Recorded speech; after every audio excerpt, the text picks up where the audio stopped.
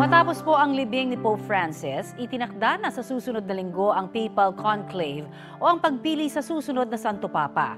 Ayon sa Holy See Press, magsisimula yan sa May 7 alinsunod sa desisyon ng mga kardinal.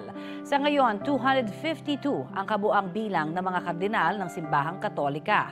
135 sa kanila ang wala pang 80 years old at eligible na bumoto sa conclave bilang cardinal electors. 3 po sa kanila ay Pinoy.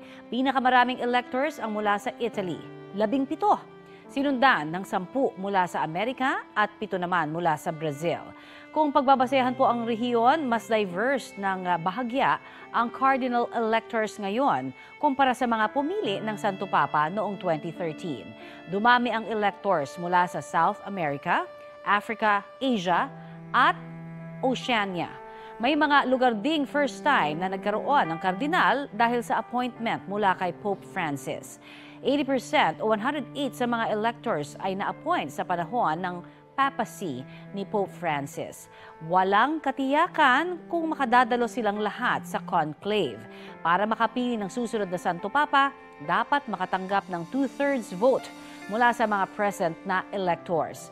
May mga seremonya pa bago ang mismong botohan, kaya kung tanghali o hapon na ito magsisimula sa May 7, isang round o balota lamang ang magagawa para sa araw na iyon.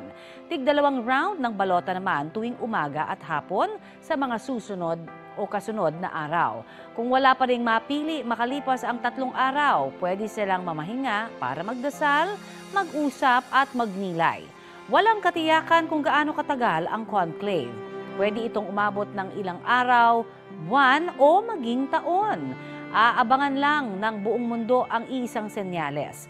Ang usok sa chimenea ng Sistine Chapel. Itim kung wala pang napipili at puti kung may bago ng Santo Papa. At iaanunsyo ang katagang Latin na Habemus Papam. Ibig sabihin, we have a Pope.